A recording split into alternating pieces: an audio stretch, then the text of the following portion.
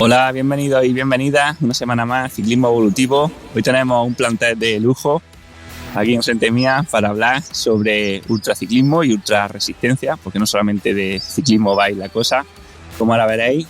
Y tenemos, pues bueno, por orden, a Borja Gascón, el autor del podcast.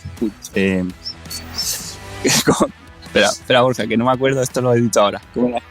Construyendo ultraciclismo. Eso, construyendo ultraciclismo. Perfecto. Tenemos a Julián Sanz, que ya lo tuvimos en el podcast. Hola, Julián. Hola, buenas. Luego tenemos a Guruche Frade, que es triatleta profesional. Además, creo que es la récordman española de distancia Ironman, ¿correcto? Sí, hola. Hola, Guruche. Luego tenemos a Aitor Alberdi, que es entrenador del CPT Fadura, entrenador especialista en ultrarresistencia. Hola, Aitor. Hola, buenos días. Y a Frederic Sabatés, que no se pierde un debate. También lo hemos tenido en el podcast últimamente. Hola, gracias por invitarme otra vez.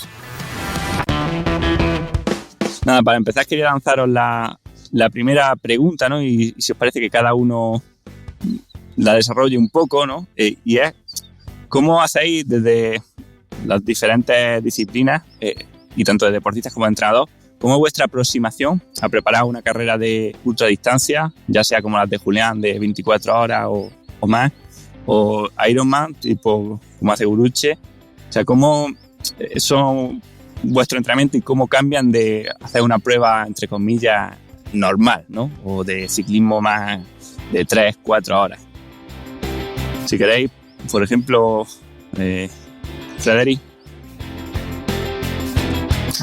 Empiezo yo entonces. Bueno, en mi caso no es de ciclismo. En mi caso, cuando yo he tanto investigado como planificado entrenamientos para esto, ha sido siempre en carrera a pie y en carrera a pie en trail. Y lo que hemos... la forma en la que se organiza es, en cierto modo, similar al entrenamiento de resistencia normal. Diríamos que las bases son las mismas, los principios de entrenamiento son los mismos. Lo más importante es la consistencia, el tener un volumen de entrenamiento adecuado, que para el deporte de resistencia en general, iba a decir cuanto más alto mejor. No es verdad que cuanto más alto mejor, pero en general tiene que ser elevado. Nadie entrena ultra resistencia, pero igual que tampoco nadie entrena simplemente maratón, que no entra dentro de la resistencia, de la ultra resistencia en carrera a pie. Nadie entrena eso con 5 o 6 horas a la semana con el objetivo de rendir al máximo rendimiento posible. Entonces, está esta parte y luego está la parte, diríamos, específica, que sí que es el entrenar, pues, eso, las sesiones, una cuestión de rodajes más largos, y luego está la cuestión de la especificidad de la intensidad de la competición, que hay competiciones que, por supuesto, la intensidad va a ser más baja. Entonces algunos de los entrenamientos específicos que serán hacia el final de la preparación, pues serán a una intensidad más baja que lo que diríamos la periodización tradicional típica, en la cual se hace la intensidad más alta lo más cerca de la competición. Lo dejo aquí por ahora, para los demás. Bueno, pues muy buenas, Manu. Un placer estar aquí en tu podcast, invitado. Yo soy un auténtico amateur, comparado con la gente que hay aquí hoy. Soy muy amateur. Llevo compitiendo en este tipo de pruebas. Bueno, a mí me gusta la ultradistancia sin asistencia. Las carreras que son así más tipo aventura, pues puede ser un día solo o pueden ser una semana. Y depende de lo duras y lo largas que sean. Y vas siempre pues con tu equipaje a cuestas, con tu propia estrategia de dónde avituallarte, y la asistencia externa no está permitida. Y soy pues muy amateur, muy aficionado. Llevo unos 3 o 4 años en este mundillo y me he ido... Bueno, pues soy autodidacta en todo. Escucho muchísimo tu podcast y de toda la gente invitada que traes y aprendo un montón sobre entrenamiento y, bueno, y fisiología a través de tu programa. Y yo he ido cambiando un poco la forma en la que me preparo a las pruebas que hago. Sí que he notado que cometía errores y los he ido corrigiendo. Por ejemplo, me di cuenta que a mí no me hace nada bien meter intensidad, o sea, hacer un entrenamiento progresivo de ir metiendo intensidad al final cuando se acerca la temporada donde tengo las pruebas, porque me desgasta muchísimo para luego hacer tiradas largas. Entonces, ahora desde el año pasado, por ejemplo, el trabajo de intensidad lo he hecho más al principio y cuando se acerca la temporada en la que hago pues estas pruebas, que suele coincidir con la final de primavera y verano, que también es cuando entran las brevets, el calendario de brevets, pues ahí dejo de hacer intensidad y me dedico más a hacer volumen, a hacer pruebas largas de un domingo o brevets y así entrenarme de cara a las pruebas estas, que al final es sobre todo que tienes que llegar mentalmente muy motivado y fresco. El físico, pues obviamente tienes que entrenar mucho volumen, pero a mí, sobre todo, llegar motivado mentalmente me ayuda más que llegar con mucha chispa o con un entrenamiento perfecto, que la verdad tampoco sé cuál es el entrenamiento perfecto porque nunca he estado en manos de un preparador, con lo cual todo lo hago yo un poco a mi manera. Vale, Aitor, terminamos con los entrenadores. Bueno, yo la aproximación principal que haría es que las competiciones son competiciones. O sea, da igual la distancia, que el objetivo principal es cubrir esa distancia en el menor tiempo posible y si la competición es una competición en grupo, pues conseguir el mejor puesto posible. Entonces, independientemente de la distancia, yo creo que el concepto general y la aproximación principal es a la de intentar buscar el mayor rendimiento posible. Antes, igual, las competiciones de resistencia se relacionaban más con un reto de intentar cubrir una distancia, de llegar a algún sitio, de conseguir algo. Antes el que hacía Ironman, por el único hecho de haberlo conseguido terminar, pues ya tenía el mérito suficiente. Pero a día de hoy, y Gurutze luego nos puede explicar cómo se ha transformado pues ese tipo de competiciones, ¿no? Que ya no es el mero hecho de terminar, sino que la intensidad en la que se compite es una intensidad brutal. Y Julián también ya nos puede comentar que pues el tipo de esfuerzo que supone las 24 horas de Cheste o una prueba de 12 horas en circuito o intentar hacer el Camino de Santiago en el menor tiempo posible. Yo en este caso y durante la mesa redonda o en la entrevista, lo que puedo ir aportando también pueden ser matizaciones de parte de la trayectoria que ha tenido Gurutze, en la cual en parte de su trayectoria deportiva hemos estado trabajando codo con codo y también en su momento igual también, no sé, Manu, entrevistarle a Robert, que es su entrenador de ahora, que tiene también otro punto de vista añadido de todo lo que es el mundo del deporte de resistencia y del triatlón. Y luego también pues las planificaciones o las tomas de decisión que hayamos podido hacer con los entrenamientos de Julián. Y bueno, para terminar la introducción, muchas veces hablamos de la planificación y dónde está el error, el fallo y el sufrimiento, que muchas veces intentamos planificar aquello en lo que nosotros creemos o a lo que nosotros nos queremos agarrar, pero realmente es un mundo de sufrimiento, un mundo caótico, un mundo agónico. Y yo creo que en la planificación tiene que insertarse pues, ese tipo de conceptos. Gurutze, ¿te animas? Sí. Bueno, se nota que que he trabajado junto a Aitor porque la primera frase que tenía que apuntada era que en lo que nos basamos es en trabajar la economía del esfuerzo e ir lo más rápido posible. Es un poco lo que ha dicho él, ¿no? Y bueno, yo así en general, mi acercamiento cuando pongo una carrera en el calendario se trata en planificar. Junto a mi entrenador, junto a Aitor, contamos semanas y en una primera parte del año siempre intentamos juntar que por lo menos haya 18 o 20 semanas para hacer un gran trabajo de base para luego dure todo el año. Yo los últimos años he trabajado con una planificación inversa, al contrario de lo que ha dicho Borja. Intentamos ir trabajando y mejorando para que cuando llegue la parte específica haya entrenar mucho y muy fuerte.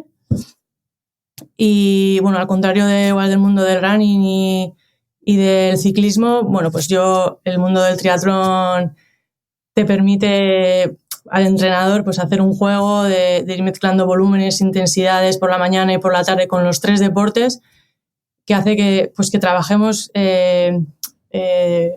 pues que haya que pensar cómo trabajar las capacidades, si por la mañana, si por la tarde, al principio de la temporada y después, ¿no?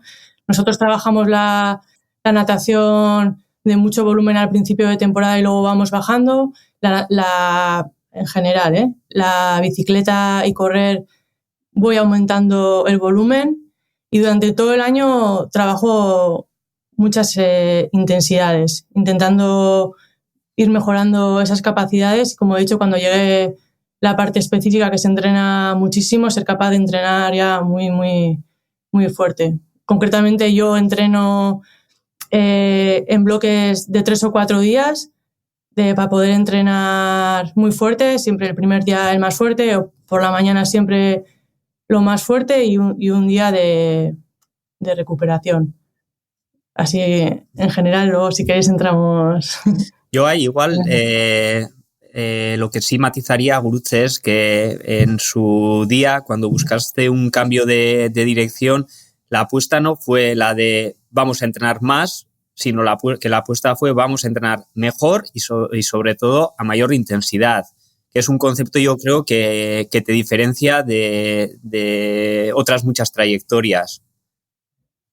Sí, bueno, yo en concreto conozco cómo he trabajado yo y sí, o sea, hemos trabajado, o sea, para construir un deportista mejor, pues a unas intensidades más fuertes, muy fuertes. Yo concretamente soy un deportista excelente en resistencia y he intentado trabajar otras capacidades, ¿no? Igual para entrenar mucho más fuerte y ser más rápido.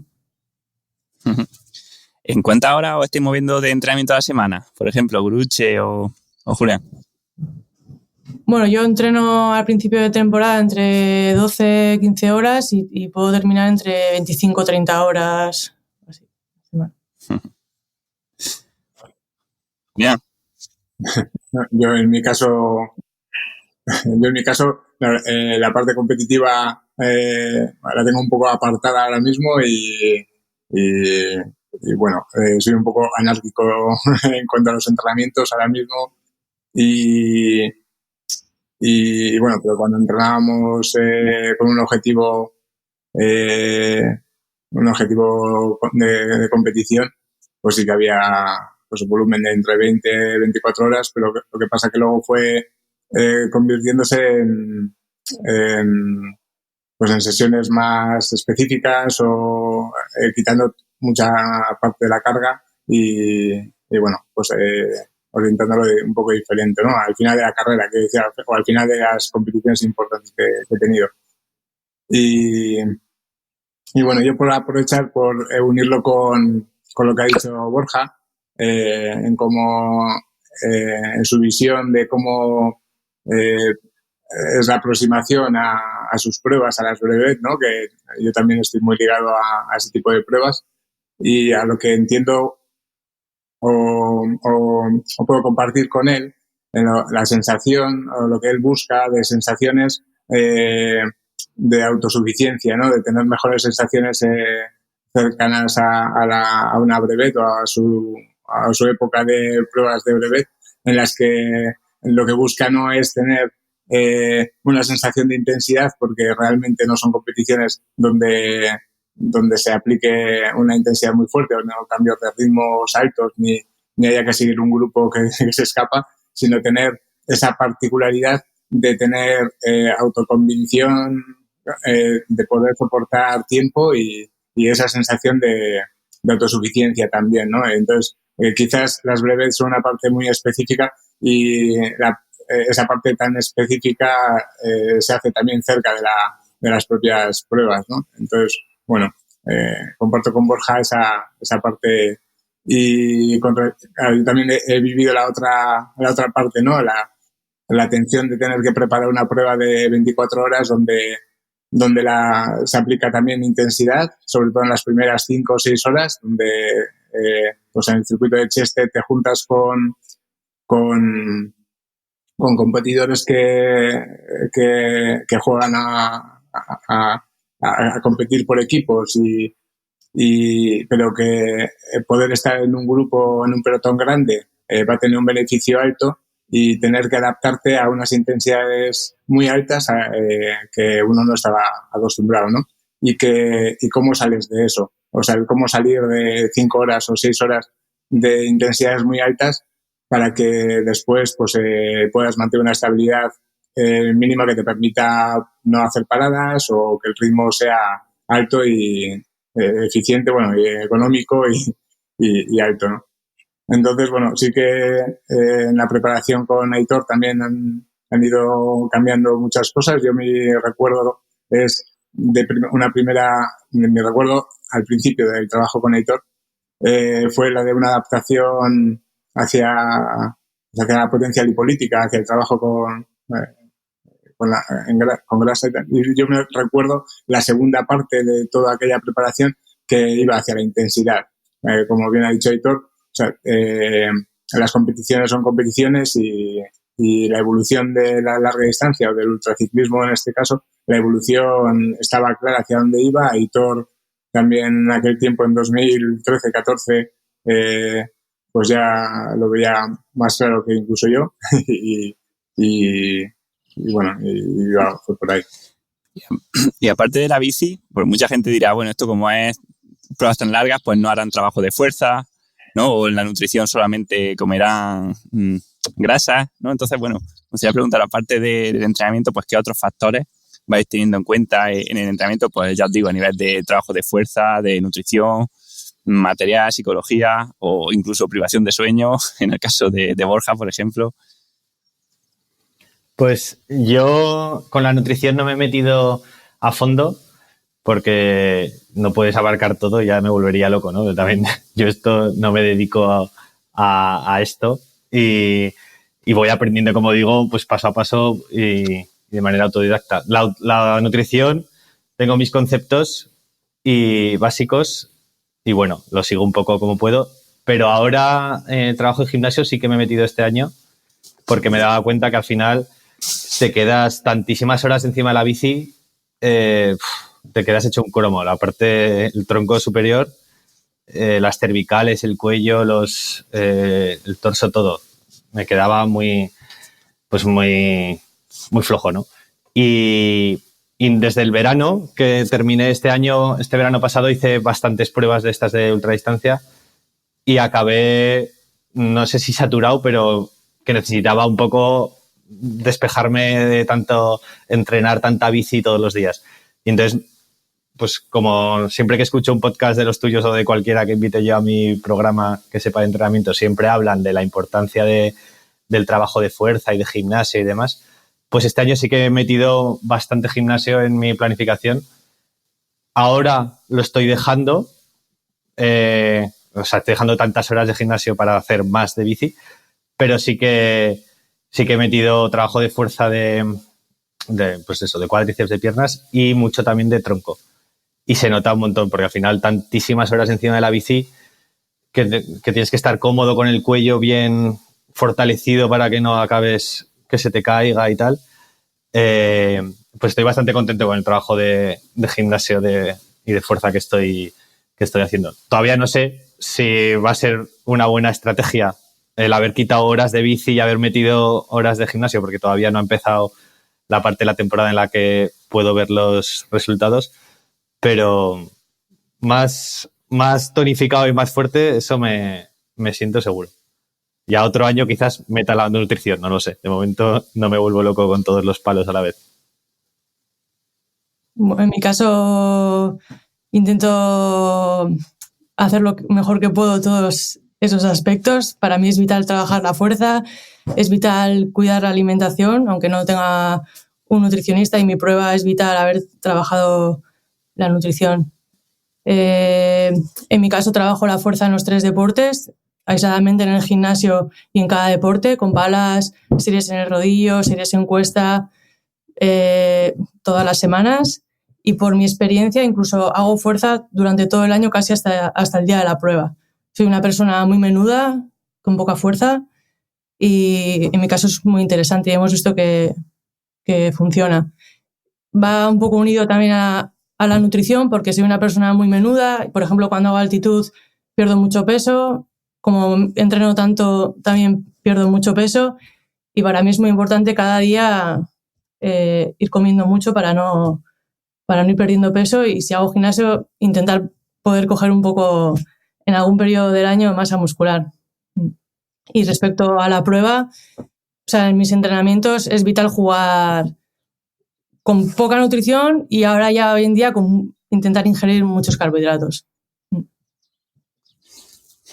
Me llama la atención, Guruche, por ejemplo, claro, con tanta volumen de entrenamiento en nuestros deportes, ¿sacrifica un poco de volumen a cambio del entrenamiento de fuerza o lo añades como un extra? Y luego también, si puedes pues preguntarte un poco cómo lo realizas, si es con pocas repeticiones, mucho peso, pocas repeticiones, pesos moderados, un poco. Pues varía un poco en el año. O sea, en el gimnasio hago una evolución de adaptación,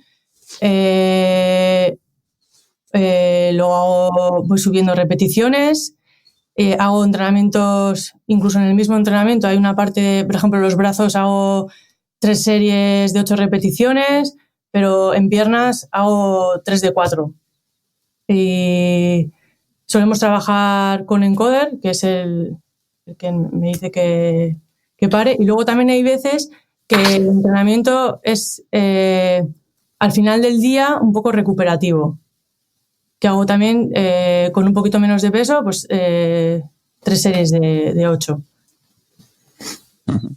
Y bueno, es un poco complejo lo de la fuerza, que se encarga mi entrenador, pero lo hacemos un poco así. Y luego es que en triatlón tenemos la cosa de que podemos trabajar en diferentes deportes. Sí, puedo hacer series con paras a la mañana y series de cuestas en bici a la tarde.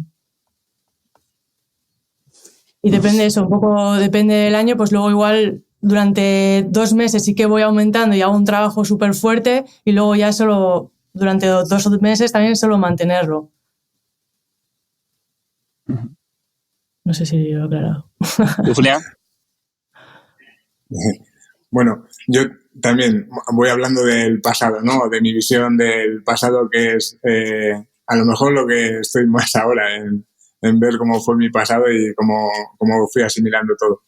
Pues al hilo de lo que hablaba antes era... yo no tengo el recuerdo de haber obtenido un kit de herramientas así como de primeras, ¿no? Que me dijeran, pues mira, esto es lo que tienes que trabajar en este porcentaje y demás, sino que fue una evolución.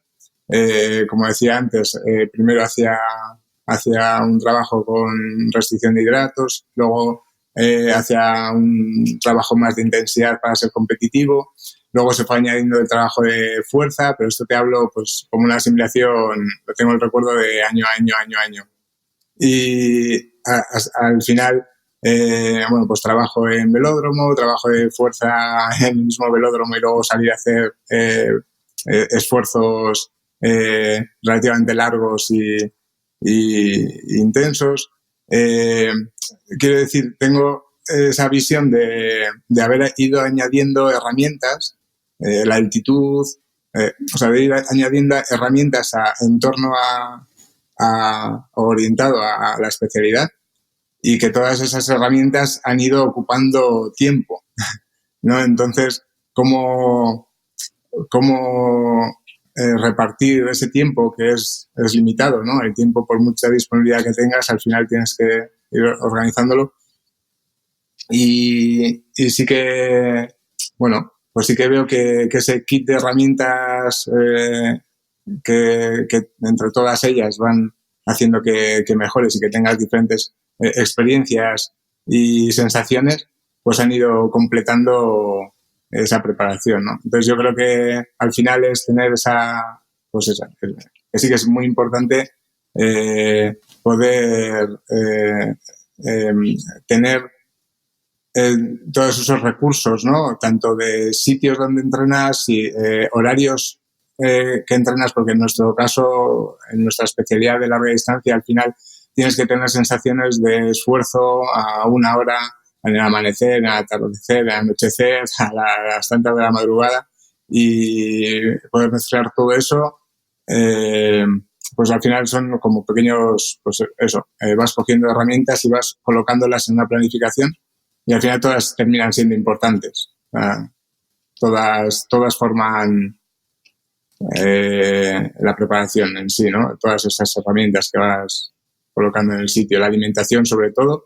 En mi caso, la alimentación no ha sido... ha sido una herramienta que te lleva hacia una adaptación o hacia unas adaptaciones y para mí también ha sido algo muy importante, tanto como el gimnasio, ¿no? El poder, pues eso, el utilizar diferentes orientaciones de dieta vinculado a un tipo de entrenamiento y lo mismo la fuerza vinculada a otro tipo de entrenamiento y todo eso va sumando, ¿no? Entonces, lo veo imprescindible.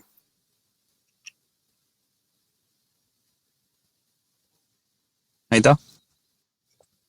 Yo creo que con todo lo que han hablado, el contexto ya está lo suficientemente marcado, ¿no? El deporte de rendimiento, cuando ya se buscan cotas altas de rendimiento, hay que entrenar diferentes aspectos físicos, entre ellos la fuerza.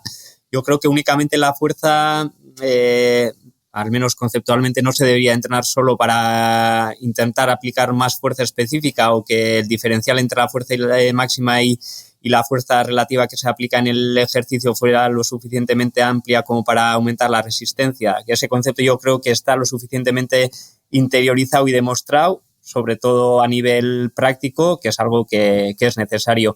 Yo aumentaría el discurso y también intentaría unir a ese trabajo de fuerza, entendido como un espacio amplio, pues todo aquel trabajo de movilidad, de recuperación, de compensación, que es necesario no únicamente para conseguir cotas altas de rendimiento, sino para intentar prevenir las lesiones y ver al deportista como persona, intentar evitar todas aquellas descompensaciones que a la larga también puedan tener su repercusión, no como deportista, sino como persona.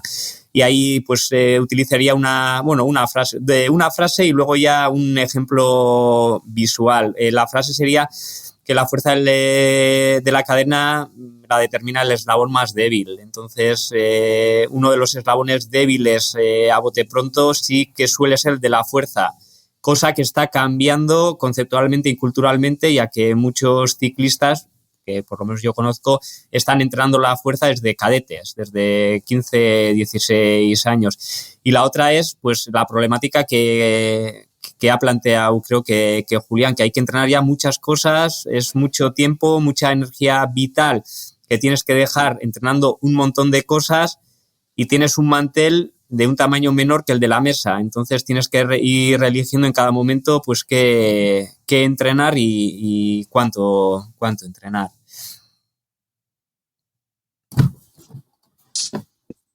Federic.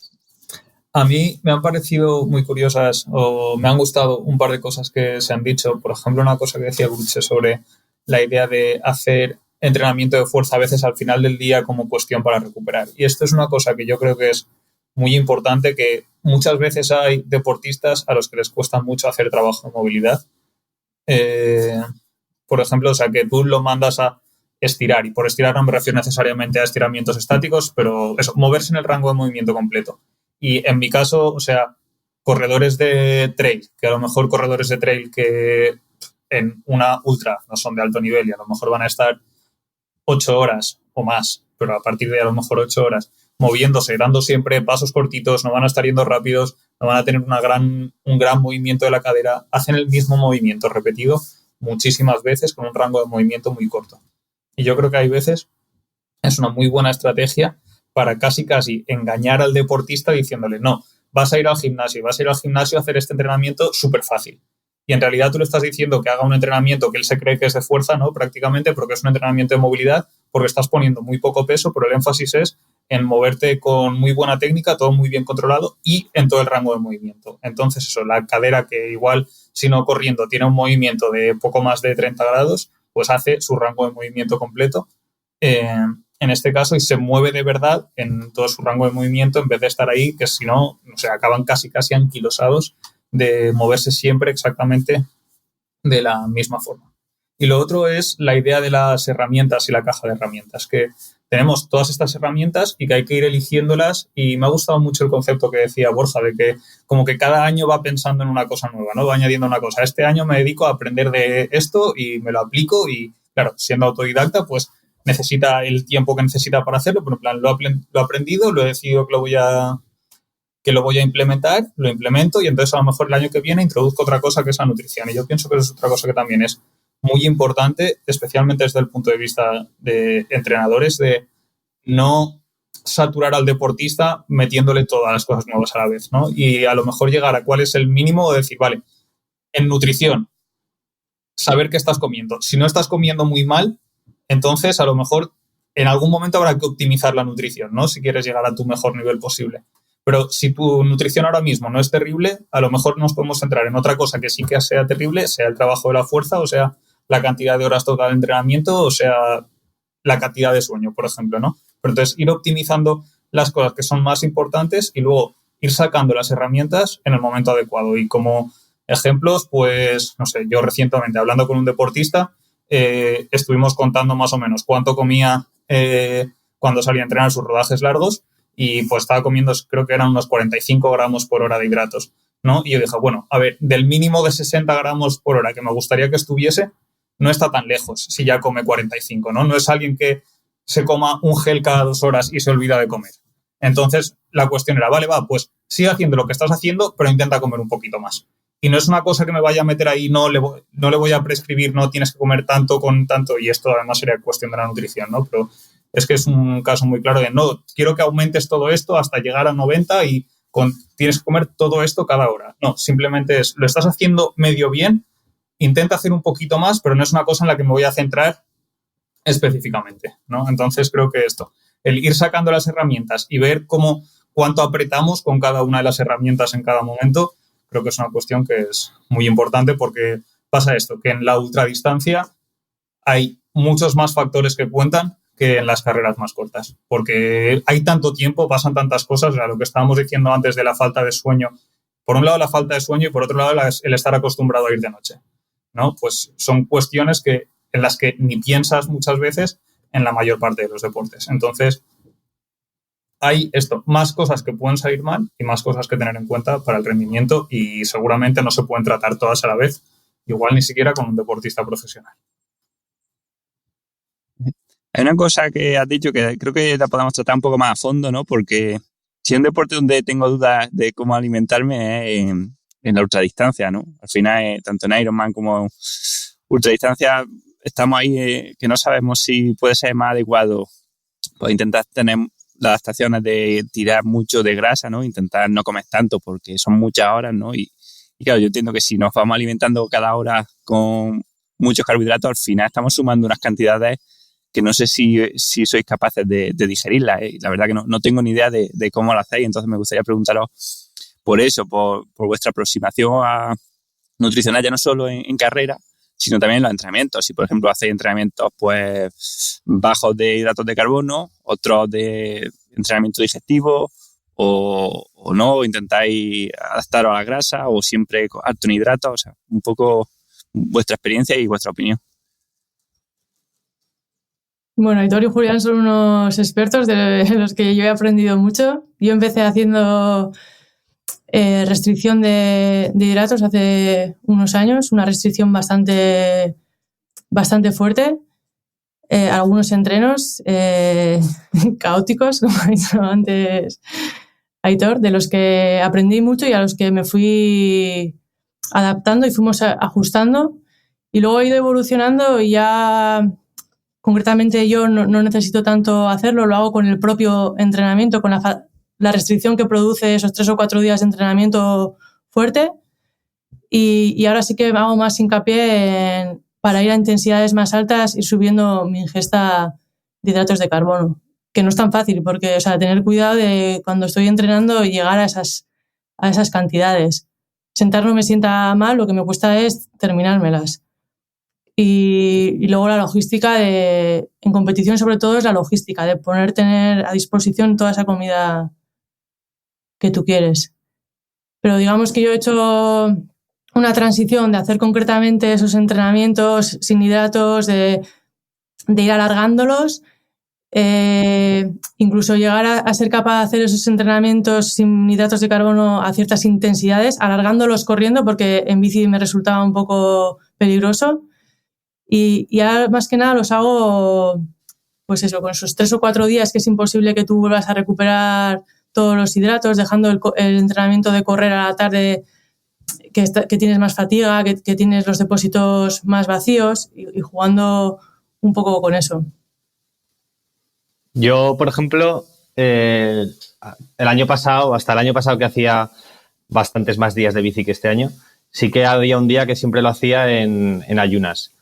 Que salía a rodar pues 1 hora y media o 2 a intensidad suave, y lo hacía en ayunas porque pues entender cómo el cuerpo se acostumbra al estar un poco vacío y que sabe que no le vas a dar es muy interesante para las carreras en las que me gusta meterme, ¿no? Que es al final cuando pasas 12 horas o 24 horas pues no tienes ganas de comer o no encuentras comida y tienes que saber que tu cuerpo conoce esa sensación de estómago vacío y que aún así yo tengo que estar tranquilo mentalmente de saber que eso ya lo he vivido y que puedo seguir continuando pedaleando. Y este año que quizás me he quitado esos días de bici suave entre semana porque pues me he metido más al gimnasio, este año no lo estoy haciendo tanto, lo de salir en ayunas, pero por ejemplo, ahora este fin de semana pasado hice una carrera totalmente fuera de lo que yo hago, que es 55 kilómetros de mountain bike, 2 días seguidos, a una intensidad por las nubes para mí. Y lo he usado pues para entenderme a mí también, para entrenarme para las carreras que voy a hacer, que ahora dentro de 2 semanas tengo una así bastante larguilla. Y lo he usado pues eso, he tratado de llevarme menos comida de lo que me lleva. Yo siempre peco de llevarme demasiada comida. Cuando hago una carrera larga, me llevo un montón de comida pues para no quedarme sin, ¿no? Y ahora en este fin de semana pasado que hice esta carrera de 2 días, pues me he llevado un gel solo. Entonces he estado 3 horas y media con un gel, más lo que había desayunado, y a intensidad alta.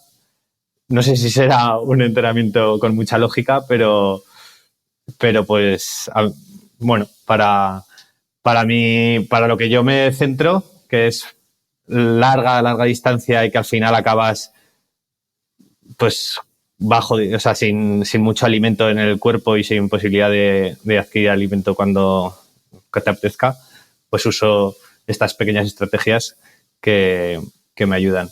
Y luego cuando me meto en una carrera de estas largas, yo siempre me llevo barritas caseras que me hago yo, que he ido cambiando. Antes las hacía mucho de avena y frutos secos y miel. Ahora me hago unas con dátiles y anacardos y chocolate puro.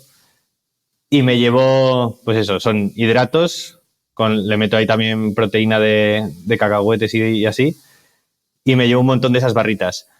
Y luego llega un momento, que eso ya lo he comprobado, que cuando llevas 12, 20 horas, el estómago lo tienes ya, que es que lo mismo te metes algo en la boca y lo escupes o no te entra.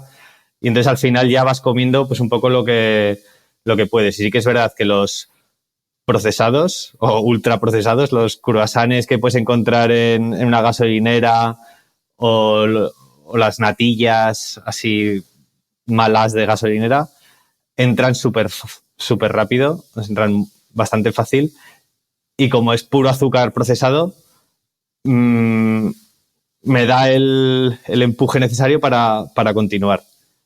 Entonces, yo creo que en estas carreras la nutrición es súper importante estar alimentándote, pero es verdad que de calidad no comes demasiado. Al final acabas comiendo, o yo acabo comiendo mucho azúcar, mucho hidrato de rápida asimilación y sobre todo que el estómago lo tolere.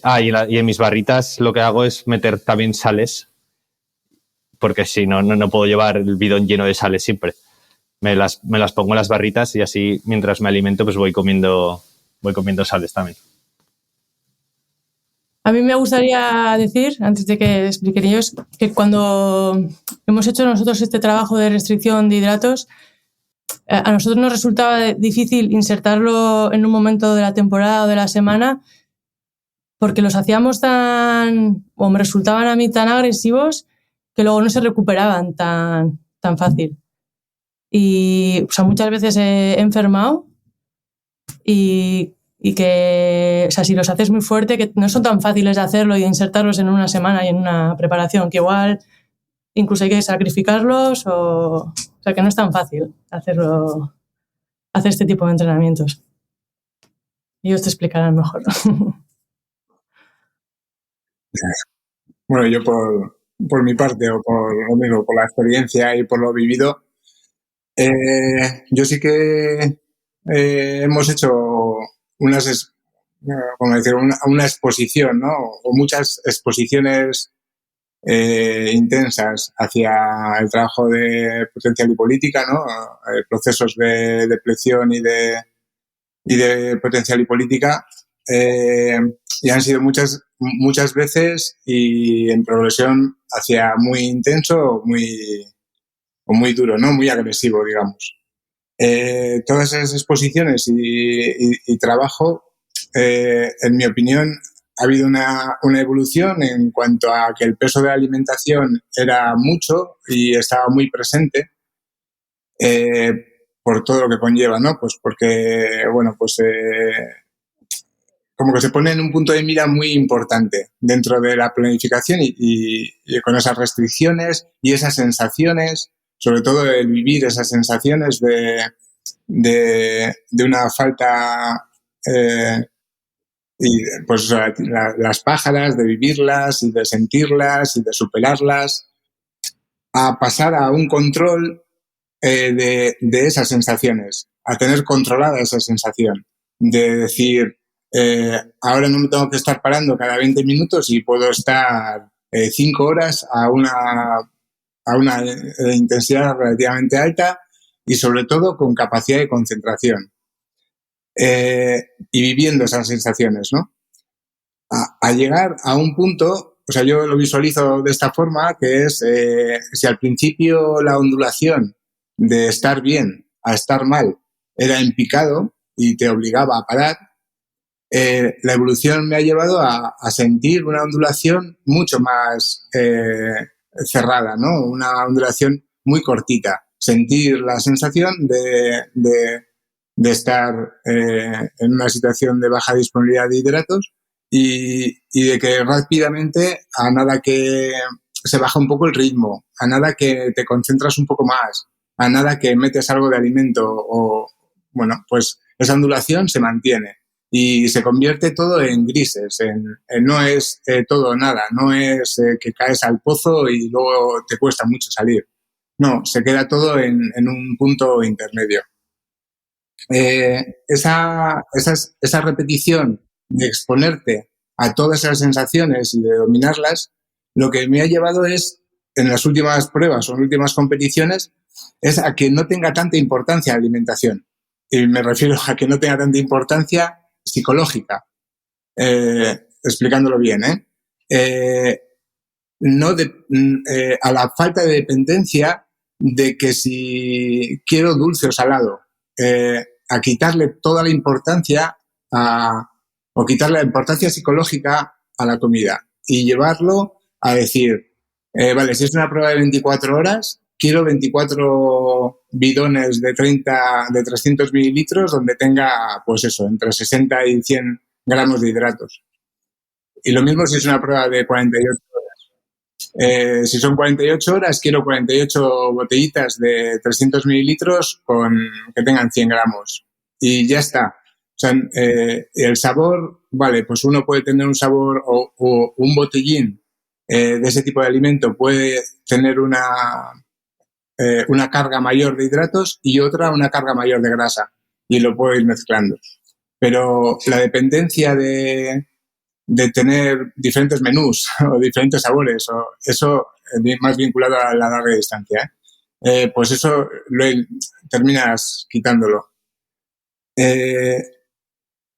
Y luego sí que es verdad que en las pruebas de larga distancia hay una parte inicial donde la parte de intensidad es mayor y lo que requieres de hidrato es mayor, pero luego sí que hay una parte más estable en la que la intensidad no justificaría una carga tan alta de hidrato. Y entonces sí que el aporte pues eso, de grasa y de un aporte menor de hidrato podría estar más justificado, ¿no? Entonces, pero lo que yo, o en la evolución que he tenido, mi sensación que se me ha quedado es que esa repetición o esa exposición intensa hacia entrenamientos con baja disponibilidad de hidratos y todo ese trabajo que al final son varios años, te lleva a tener esa ondulación, esa capacidad de amortiguar mucho más alta y te convierte en tener más estabilidad. Pero no es una estabilidad solamente física, es una estabilidad psicológica también o una estabilidad de concentración, ¿no? Que la cabeza está siempre concentrada en lo que estás haciendo y eso, en mi opinión, también lo vinculo a la alimentación, a ese tipo de entrenamiento. Esa capacidad de concentración, de estar a lo que estás y eliminar, pues eso, dependencias de otro tipo, bueno, en la medida de lo que se puede, ¿no? Pero en esa evolución y luego también este tipo de entrenamientos o esa evolución ahora, un poco más apartado de la competición o de la pura competición, también lo vinculo con mi propia salud. El poder estar, bueno, en el trabajo o haciendo cualquier otra cosa, ¿no? y dices, pues hago a entrenar. Y a veces juegas con que en ese día no has comido y dices, pues voy a hacer sin comida y voy a hacer una tiradilla un poco más larga. O todo lo contrario. O hoy estoy un poquito más bajo de energía en el día a día y voy a comer más, voy a meter más hidrato. Y pues voy a aprovechar para hacer unas series, porque ya que he llevado esa orientación. Y en cuanto a la alimentación, o sea, en cuanto a haber ido al extremo de ese trabajo, a mí me parece interesante en cuanto a la propia salud, a la salud futura, ¿no? Del deportista. Me gusta mucho lo que dices y sobre todo también eso, el aspecto mental de estar tranquilo, de oye, mira, no sé si voy a pillar avituallamiento o si no, o si en el avión estará la comida que quiero comer o no estará, pero bueno, yo al final puedo con todo, ¿no? Como un animal omnívoro, como un zorro. Bueno, por ejemplo, hay todo, Aitor. Sí, un poco por poner en contexto y hacer un pequeño resumen, yo creo que podríamos estar todos más o menos de acuerdo que si se quiere ir rápido en competición hay que comer o hay que ingerir carbohidratos y que cada uno tiene que estar acostumbrado a esa ingesta. Las últimas tendencias que nosotros hemos visto en diferentes deportes es que la alimentación principalmente es una alimentación líquida, independientemente de la duración de la competición. Por ejemplo, en pruebas de 24 horas, los que andan peleando por la victoria, los que son ciclistas referentes, están utilizando comida líquida y muy probablemente esa comida sea muy repetitiva, de ingerir prácticamente durante todo el tiempo casi lo mismo. Ahí estaría en duda la utilización o no de este tipo de deportistas de cetonas o no, como se está utilizando en el mundo del ciclismo. Y luego, yo desde un punto de vista práctico sí que intentaría periodizar en algunas fases del proceso de entrenamiento la ingesta y el entrenamiento. Es decir, por ejemplo, Gurutze ha puesto el ejemplo de que si llevas los entrenamientos a un extremo, ese extremo crea mucha fatiga y puede ser una interferencia en el proceso de entrenamiento, pero no llegando a ese extremo puedes ir creando adaptaciones de base. Entonces, en ese sentido, sí puede ser una propuesta la de intentar periodizar, pues dependiendo de la planificación o de las necesidades. En el caso de Gurutze, al tener una condición aeróbica de base excepcionalmente buena, pues está claro que la necesidad de ese tipo de estímulos no es tan alta como la que pueda tener otro deportista, en el que pues, si el deportista, por ejemplo, no tiene desarrollado el umbral aeróbico de manera adecuada, pues puede ser una de las vías. Y luego, para terminar el discurso, dos pequeñas cosas. Una es, por ejemplo, en el caso de Julián, la pregunta que intentamos responder durante las planificaciones era de cuántas veces él está en situaciones similares a las de competición, cuando la competición se recrudece de manera brutal. Es decir, que si tú, por ejemplo, vas a 200 vatios y vas al umbral aeróbico, un esfuerzo de 10 minutos parece que es estable. Si lo alargas a 24 horas, esos 200 vatios se convierten en conexiones, desconexiones, se convierte en caos, se convierte en confusión mental. ¿Cuántas veces nos ponemos en esas situaciones en el proceso de entrenamiento? Ahí sí luego tenemos posibilidad, o en otra ocasión pues explicaremos también los, entre comillas, experimentos que hemos ido realizando en el proceso de entrenamiento para intentar llegar a esas situaciones. Y luego la otra es un consejo práctico para los que nos estéis escuchando. Está muy de moda la recarga de carbohidratos los últimos días antes de la competición, y yo daría un consejo general, o por lo menos desde mi punto de vista y desde mi experiencia. Los deportistas en general, a poca carga de entrenamiento que bajen, y si siguen manteniendo la dieta habitual, los procesos de recarga están prácticamente asegurados. La gente tiene la tendencia en general de sobrecargar demasiado el sistema de, pues eso, si aportamos carbohidratos, estamos saturando al sistema, y suceden muchas cosas que pueden perjudicar el rendimiento, entre otras cosas, pues los procesos de inflamación y sus consecuencias, que es otro tema también, yo creo que interesante a debatir.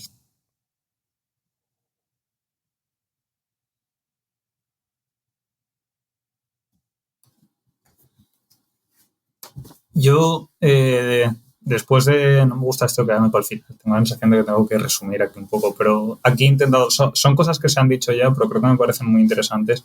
Han dicho tanto Borja, Julián y todos los tres, que es un poco esta cuestión de experimentar. Que yo creo que la cuestión de experimentar es una cuestión que es muy importante, y experimentar desde el punto de vista de hacer un experimento, de probar a ver qué pasa para descubrir cómo reacciono yo ante una cierta cosa. Y experimentar desde el punto de vista de haber tenido la experiencia, ¿no? Lo que es un poco donde estaba yendo Aitor al final, pero esta idea de decir, bueno, sí, o sea, cuando pase lo que sea, yo ya he tenido una pájara y puedo tener una pájara y no pasa nada. Yo siempre me enfado un poco cuando veo los artículos estos que pone un artículo de entrenar en ayunas o no entrenar en ayunas, y sobre todo los de no entrenar en ayunas, pregúntale al médico y pregunta a 74 personas y ve con muchísimo cuidado. Y yo siempre pienso, a ver, prueba a entrenar en ayunas.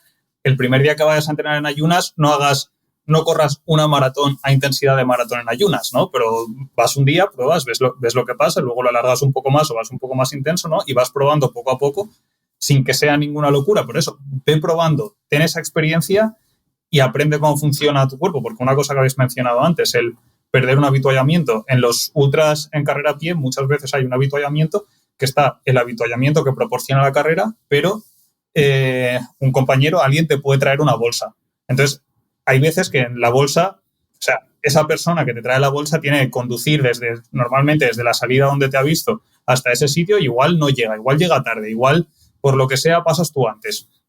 Igual tú has tardado más y la persona estaba pensando, ¿este ya habrá pasado o no habrá pasado? Ahora, hoy en día, eso pasa menos con los sistemas estos de live tracking. Pero con todo esto te puede pasar esto, ¿no? Entonces, ¿qué pasa si no tengo mi habituallamiento? ¿Qué pasa si tengo que comer otras cosas? ¿Qué pasa si al final me veo obligado a comer patatas fritas y croissants, ¿no? Pues son todo cosas que habría que probar, pero es que, por ejemplo, el caso de las patatas fritas pasa. En los ultras parece ser que en los primeros habituallamientos la gente come bien, en los últimos habituallamientos la gente se tira las patatas fritas porque simplemente quiere probar otras cosas. Y hay una parte de intentar, digamos, limpiar esa dieta de la parte del final, intentar comer mejor, y hay otra parte de decir, si al final vas a estar funcionando con patatas fritas, más te vale haber entrenado con patatas fritas también, ¿no? Entonces es pues ir experimentando con las dos cosas. Puedo mantener el aguantar con comida deportiva de lo que estábamos diciendo antes, ¿no? Comida líquida, comida específica para deportistas durante más tiempo, pues cuanto más aguante, mejor, porque esa comida es en teoría mejor. Pero si al final me voy a ver abocado a comer la comida basura que me dan en el avituallamiento, que no sea la primera vez el día de la carrera, ¿no? Pero entonces creo que experimentar es una cuestión súper, súper importante y que los deportistas deberían tener en cuenta, y creo que también los entrenadores a veces nos pasa un poco que nos da miedito hacer estos experimentos a veces, porque como que cada experimento es una oportunidad para que falle, ¿no? Y que el deportista se sienta mal. Y entonces tenemos que ir ahí jugando un poco nosotros con el deportista para simplemente que sepa que esto a lo mejor sale mal y probarlo y ver lo que pasa. Supongo que es una cosa que a Guruche le pasaría en algún momento cuando decía que enfermaba, ¿no? Que decía, uy, pues he probado esto, lo hemos probado, igual nos hemos pasado un poco, a la próxima lo corregimos para al final encontrar la estrategia que va mejor para mejorar el rendimiento sin la parte de las consecuencias negativas. Sí, cuando hablábamos de caos, hablábamos de eso, incluso nos enfadábamos porque a veces alargábamos el entreno y yo decía, esto no tiene sentido, nadie sabía si tenía sentido o no, y sí, y a veces enfermábamos. Yo creo que la clave de todo, incluso en las carreras cuando pasa algo, ¿no? Y un poco al hilo de lo que decía Julián, es estén yendo bien o mal las cosas, ser consciente de ello, nunca no ir aturullándote y haciéndote una pelota. Si te tienes que comer las patatas, ser consciente de que te estás comiendo las patatas y por qué te las estás comiendo, no ir aturullado y comer y todo esto y ya entrar en un bucle malo. Yo creo que la clave es eso, ser totalmente consciente de cuando bien y cuando mal, pero no aturullarte. Sí. Pero, y lo importante que es entrenar eso, ¿no, Guruche? Sí, claro. ¿Cuántas veces en el proceso de entrenamiento tienes que someterte o estar predispuesto a pasar por esas situaciones? Sí. O sea, sí, todo hay que pasar en el entrenamiento, todo hay que entrenarlo. El día de la carrera tiene que estar... Ojalá hayas pasado por todo. Yo creo que, por ejemplo, ahora estáis haciendo un esfuerzo especial y Robert es muy consciente de ello, de cuántos pequeños detalles hay que intentar entrenarlos, o de otra manera diferente, que cuántas cosas suceden en el entrenamiento que hay que ir dándole respuesta o aprovecharlos para la mejora. Sí, o sea, cosas normales, ¿eh? O sea, el encadenamiento de entrenamientos, un entrenamiento normal pero que se haga a la hora que se tiene que hacer y que salga bien en ese día. Sí que le damos mucha importancia, si no es agobiante. Por ejemplo, Julián, cuando estuvo preparando el Campeonato del Mundo de 24 horas, el Campeonato del Mundo de 24 horas de Borrego se hace en un circuito dando vueltas, y a Julián en su momento se le planteó hacer ciertos entrenamientos dando vueltas a un circuito, el circuito de Landa. Y el entrenamiento no empezaba cuando él cogía la bicicleta, Julián, ¿no? Empezaba cuando tú te tenías que preparar para irte al entrenamiento. Sí, o sea, claro, al final es lo que habla, lo de exponerte, ¿no? Cuando tienes que preparar eso, vas a hacer un entrenamiento de 5 horas en ese circuito y preparar los bidones, preparar la comida, preparar todo el poder, pues eso, simular claramente lo que te puede ocurrir en Borrego, ¿no? O hacer lo más parecido posible a esa situación, tanto en cómo hacíamos por los bloques de intensidad, ¿no? Y en los horarios a los que hacías esas intensidades cambiaban, y cambiaba la sensación, y cambiaba la fatiga y la disponibilidad, y cambiaba todo, ¿no? Y mezclábamos horarios con disponibilidad de hidratos, con intensidades, con la carga previa, y todo eso al final era una puesta en escena de situaciones similares a lo que nos íbamos a encontrar. Entonces, cómo ir dando forma o cómo ir diseñando, porque al final es como un diseño, ¿no? Un arte de diseñar esas sesiones para que la exposición o los pensamientos que te van a venir a la cabeza van a ser así, van a ser iguales que lo más parecido a... Entonces, te pones en escena muchas veces parecidas a lo que te va a ocurrir, para que tus pensamientos también vayan por ahí. Claro, la función del entrenador en este caso es explicar también, bueno, a veces no hacía falta casi ni explicarlo, ¿no? Cuando te decía, no, el tercer día de entrenamiento va a ser a las 5 de la mañana. Claro, que normalmente siempre era la parte del amanecer más complicado y tal. Bueno, o sea, ir ubicando todo eso y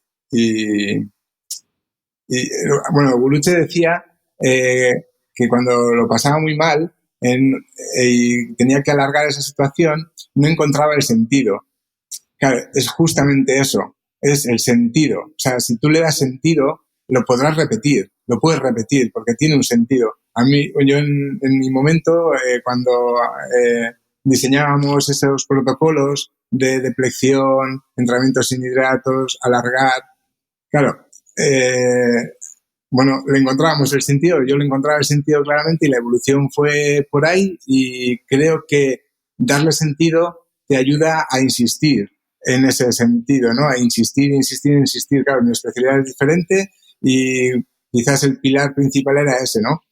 Y bueno, pues por mi parte ha sido una experiencia de vida y esa evolución ha marcado mucho, ¿no? De lo que, entonces, bueno, sí, porque yo decía el sentido, porque hay un sentido. momento que a veces se te va, que estás y ya estás con la pájara y te vas como arrastrando.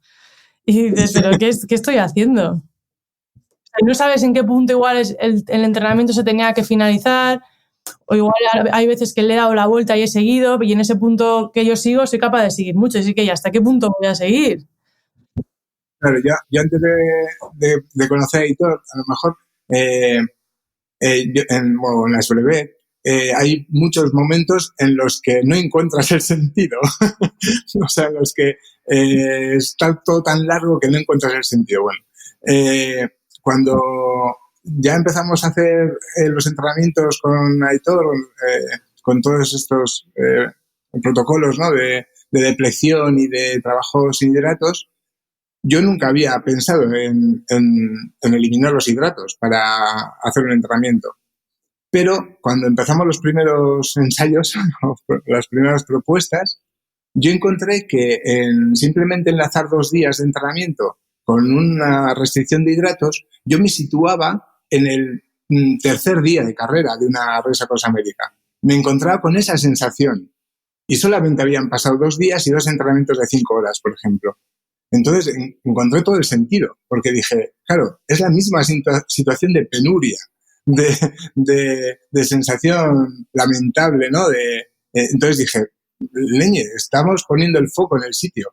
Entonces estaba muy vinculado a mi especialidad, a ese planteamiento encajaba perfecto. Sí, yo cuando os he dicho antes lo de que hacía 3 o 4 días, en bloques de 3 o 4 días, va un poco por ahí. De enlazar siempre 3 o 4 días fuerte y buscando esa sensación. Y la dificultad que decía Aitor de puesta en escena, que es muy difícil que fuera de una carrera que está toda la carretera cortada, toda la carrera, enlazar en un sitio 3 o 4 días de ese tipo de entrenamiento no es fácil. Y que pueden pasar cosas, que puedes pinchar una segunda vez y que sí o sí tienes que hacer el entrenamiento ese día, porque ese entrenamiento es una consecución de los 2 o 3 días de entrenamiento anteriores, que si no lo haces hoy, mañana ya no es igual. Y a mí en ese caso eso también me pesa mucho. Dónde hacerlo, que tiene que ser ahora y que tiene que ser así, que no es como en una carrera que es hoy, ahora, con avituallamientos, con la carretera cortada y con todo para ti. Que la propia gestión del entrenamiento es entrenamiento. Sí.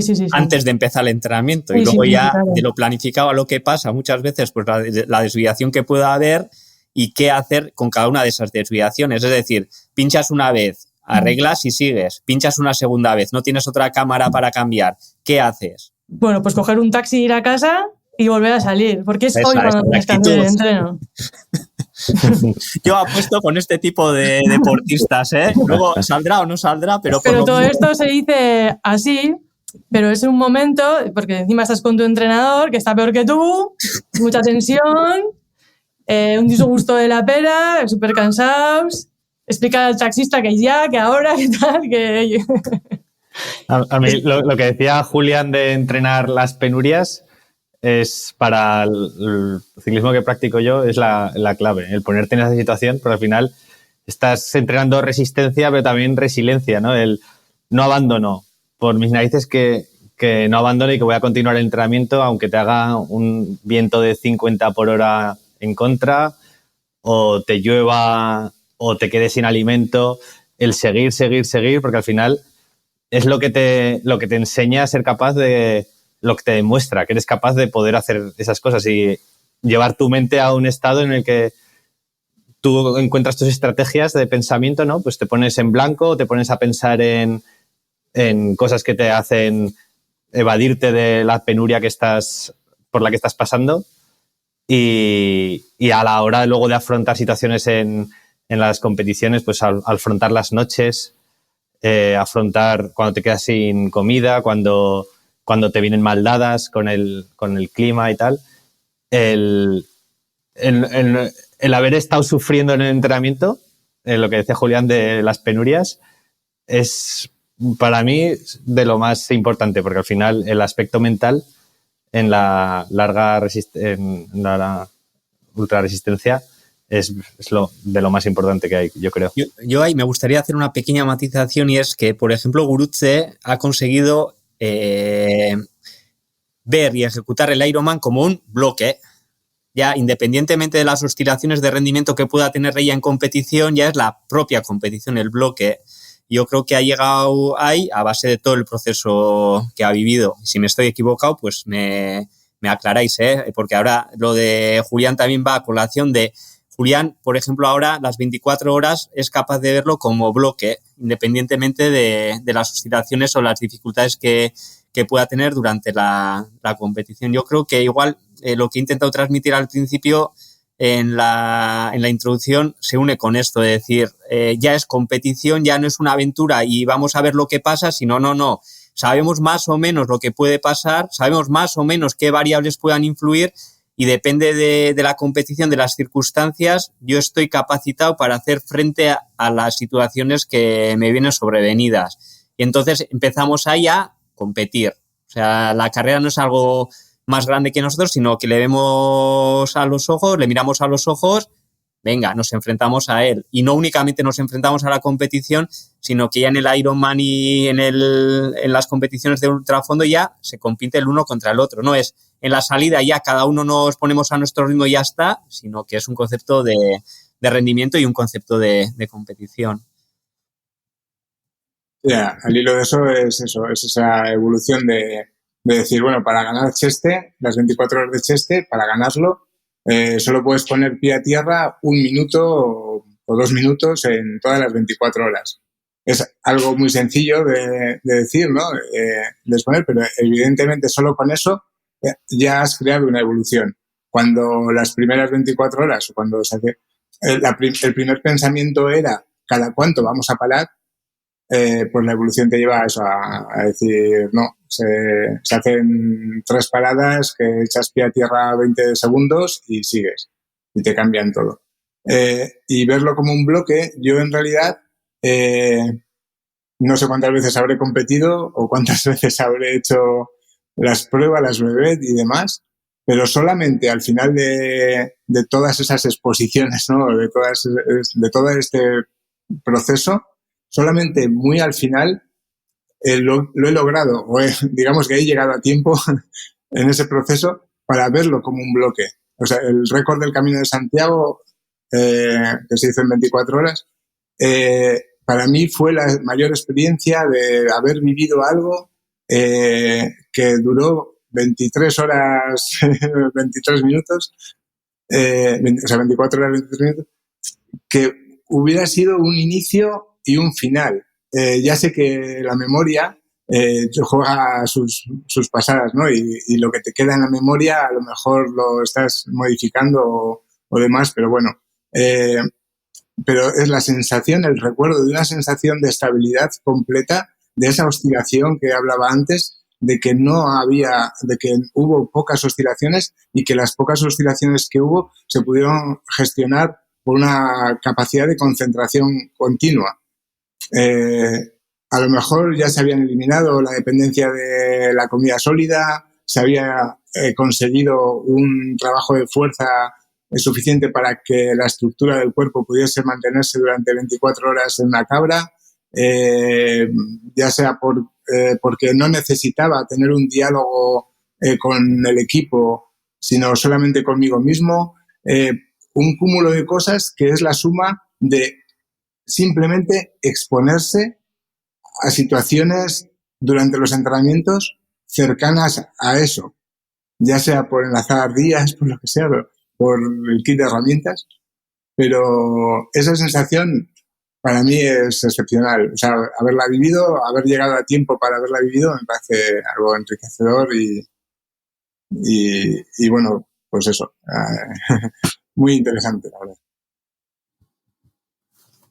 Yo me parece muy interesante esto que estaba diciendo ahora Julián, que es un poco la idea que creo que en ultra resistencia ocurre mucho, que es la diferencia entre completar y competir. Que, por ejemplo, en ultra resistencia, en ultramaratones corriendo, vemos, es muy típico tener a alguien que este año, la primera mitad del año, se prepara una carrera de 50 kilómetros, para la segunda mitad del año igual irá por una de 80 kilómetros, y entonces el año que viene hace una de 100 y el año siguiente una de 100 millas, de 160 kilómetros, ¿no? Y como que siempre está subiendo, porque su nuevo reto siempre es el completar una distancia más alta. Pero entonces no tiene esa base de experiencias de un poco lo que estaba diciendo antes Julián, ¿no? Una vez has competido varias veces en una carrera de 24 horas, supongo que ya sabes qué te sale bien, qué te sale mal, qué cosas, cada cuánto rato vamos a parar. Sabes que si paras demasiado ya no compites, estás yendo o no compites al nivel al que tú quieres competir, ¿no? Pero es una cosa que es importante tener esta exposición, y lo que pasa, claro, corriendo probablemente tenga más coste que en ciclismo. Igual incluso también más que en triatlón, porque eso es la diferencia de la maratón al final del Ironman, que no dudo que sea dura, pero comparado con el correr, pues eso, 80, 100 kilómetros por la montaña, sobre todo con las bajadas, ¿no? Entonces, que no se puede repetir tantas veces la exposición, pero muchas veces además lo que le pasa al corredor es que lo que quiere hacer es estar siempre subiendo. Entonces, no llega al punto de tener la suficiente seguridad en su carrera y conocerse a sí mismo en una distancia de carrera lo suficiente como para decir, vale, ahora voy a intentar mejorar y optimizar estas cosas, porque siempre está intentando ir a una cosa nueva, ¿no? Y respecto a lo que también estabais diciendo antes de las penurias, pienso que una cosa súper, súper importante, especialmente en las ultras de montaña, es el tiempo atmosférico y las situaciones atmosféricas, que eso yo lo veo muy grande, como un problema muy grande para la gente, sobre todo que viene de correr en asfalto o que viene de deportes también como el triatlón, que muchas veces, o sea, si vienes de correr en asfalto y te pasa los ultra, pues un día que llueve has entrenado, pero has entrenado una hora corriendo, ¿no? Has corrido tu hora y dices, de hecho, yo que soy de Valencia capital, me acuerdo de hace 10 años más o menos que seguía más gente en Facebook, de que llovía un día y te venías, mi feed de Facebook estaba entero de estos son los días que cuentan, hoy el entrenamiento vale por 2. Todo el mundo lo ponía como que yo pensaba, ¿qué dirán los del País Vasco? ¿Sabes? Les llueve siempre, ¿no? Luego me fui a vivir a Inglaterra y a Canadá y dije, es que si no te vas a correr lloviendo no entrenas, no vas a ponerlo en ningún sitio, ¿no? Y entonces es esa sensación de una vez he corrido lloviendo una hora, comparado con me voy a pasar a lo mejor 10 horas con lluvia o incluso aguanieve y encima va a ser de noche y no voy a ser capaz de ver nada porque con el frontal me va a reflejar con la lluvia, y todo esto también son cosas que son esas penurias que, o sea, que quien las ha entrenado tiene una ventaja. Iba a decir que tienes que entrenar, pero igual si no las entrenas estás en desventaja, ¿no? Entonces, incluso estamos viendo últimamente que desde el punto de vista de los profesionales hay corredores, especialmente de Estados Unidos, que están yendo a vivir a Europa. El caso más claro ha sido Jim Wolfley el año pasado, que se fue a vivir a Europa para entrenar más, para ser más montañero, para entrenar más en montaña, para hacer más esquí de travesía, para exponerse más a los elementos, no solamente al terreno más vertical en los Alpes comparado con el terreno de Estados Unidos, ¿no? Pero sino también para la exposición a los elementos. Una de las cosas que decía en una entrevista suya que escuché era que, por ejemplo, él decía que los ultramaratonianos europeos saben cuándo ponerse y quitarse la chaqueta, porque lo hacen todo el rato yendo a la montaña. En vez de él, que es un corredor, y que siendo un corredor, tú te pones una ropa al principio, te la llevas hasta el final, si pasas un poco de frío te aguantas, ¿no? Y claro, eso lo puedes hacer igual en un rodaje de 4 horas, pero no en las 20 horas del Ultra Trail de Mont Blanc. Bueno, pues genial. Yo creo que ha quedado una charla bastante completa y si os parece, para terminarla podemos hacer que cada uno durante un minuto pues digáis un poco el consejo que le daríais o qué creéis que es para vosotros ese 20% de cosas que os dan el 80% del beneficio y bueno, de cara a que lo escuche y esté preparando una prueba de estas, pues que lo tenga en mente. Así que bueno, si queréis hacemos esta última ronda. Si queréis empezamos Borja, por ejemplo. Para mí, lo más importante es combinar un poco lo que hablábamos antes, conocerte en cuanto a la alimentación y el cómo pasar la noche, porque en las pruebas de ultradistancia siempre va a haber una noche que tengas que afrontar y cuando afrontas la noche pues es la oscuridad, es tú solo ante los elementos en la carretera o en el monte y además sin la facilidad de encontrar alimento durante la noche con tanta facilidad como durante el día. Entonces tienes que tener experiencia, yo opino, en eso, en conocerte a ti mismo cuando realmente el mundo se ha parado alrededor tuyo y estás tú solo ahí y no te van a poder venir a ayudar con facilidad. Entonces, si te vas a meter en un lío de estos, de una carrera de varios días, el conocerte a ti mismo muy bien en situaciones en las que no te ves en el día a día, que para mí es la noche y un poco la falta de alimento o el hambre. Yo, al hilo de lo que ha terminado hablando, a la gente le diría que se desarrolle en una prueba que le guste, que no tenga esa prisa de seguir la bola que hace la gente a la triatlón, a la Ironman, a las carreras de montaña, sino que busque su sitio y que se desarrolle, que le dé esas semanas en el año para desarrollarse y aumentar ese entrenamiento, que se desarrolle en una evolución de años, que conozca a grandes profesionales y aprenda, ¿no? Y que en esa prueba que le gusta y en la que crece, que crezca, que creo que ahí está donde se pueden empezar a hacer cosas, donde se puede evolucionar cada uno con sus características, que se rodee de los mejores y que creo que eso es aprender y lo que te llena para que en ese momento de caos tú estés convencido de lo que estés haciendo y disfrutes. Y también disfrutes que a mí es lo que más me motiva, de estar en la línea de salida preparada para correr con las otras chicas que han hecho lo mismo que yo, que son las mejores y están súper preparadas, que creo que a cualquier nivel se puede hacer eso y creo que yo es lo que les diría. Yo creo que, siguiendo el hilo, que la determinación de objetivos es crucial, que no todos no tenemos ni condiciones ni condicionantes para aspirar a ciertos objetivos, que la calibración de los objetivos a mí me parece fundamental.